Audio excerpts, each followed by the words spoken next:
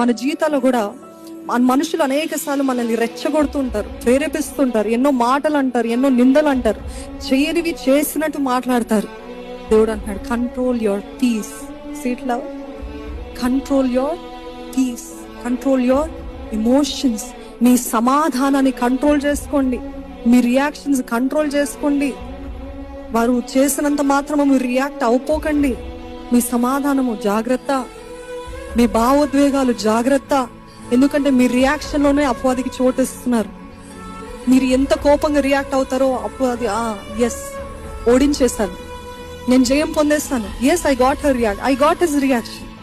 నేను అనుకున్నట్టే జరిగింది, నేను వేసిన ఈ ట్రాప్ లో పడిపోయింది, నేను సాధించాను అని అంటాడు. అందుకని యేసు ప్రభు ఒకవేళ ఇక్కడ మాట్లాడుంటే సిలువ ఎక్కుండేవాడు కాదండి. ఒకవేళ ఇక్కడ జవాబు ఇచ్చుంటే యేసు ప్రభు తన కార్యాన్ని ముగించుండేవాడు కాదు. ఈరోజు మీ జీవితంలో పర్పస్ ఫుల్ఫిల్ అవ్వాలా? మౌనంగా ఉండండి. ఈరోజు దేవుని ఉద్దేశము మీ జీవితంలో నెరవేర్చబడాలా? మౌనంగా ఉండండి.